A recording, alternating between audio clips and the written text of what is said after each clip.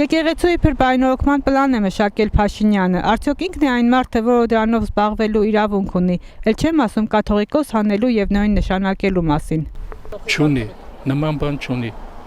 Եկեղեցին եղել է սրբություն, դարով եկել է հայ եկեղեցին, քրիստոնյա ազգ ենք, առաջի ազգն ենք եկել աշխարհում։ Իսկ հիմա ուզում է կառավարության հետ կապի, նրա բյուջեն խառնի, որ իր պարտքերը կարողանա տա։ Ինչ արել։ 7 միլիոնի փոխարեն 14, այսքան պարգևավճարները տվեց։ Ինքը էլ անելու բան չունի, մենակ դրանից է բռնում, էլ անելու բան չունի, արդեն իրան կողքից են ասեն, թե իր ուղեղն է արդեն,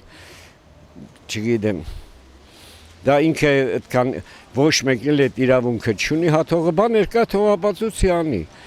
բայց էլ անելու, մյուժելի մեր Հայաստանում էլ պրոբլեմ չկա, մենակ մնաց եկեղեցին, էլ պրոբլեմ չկա, լանայ քանի հոգի են հեն, մի կիրովականում ենք, նայում ենք, ման ենք գալի։ Սաղ պրոբլեմ, հլա մի հատ ծիծաղող մարդ ցույց տվեք ինձ տեղ։ Չէ, բացարձակ։ Իրավունք չունեն միջամտելու։ Ամեն ղեկավար թող իր գործով զբաղվի։ Կաթողիկոսը իր գործով, երկրի ղեկավարը իր գործով։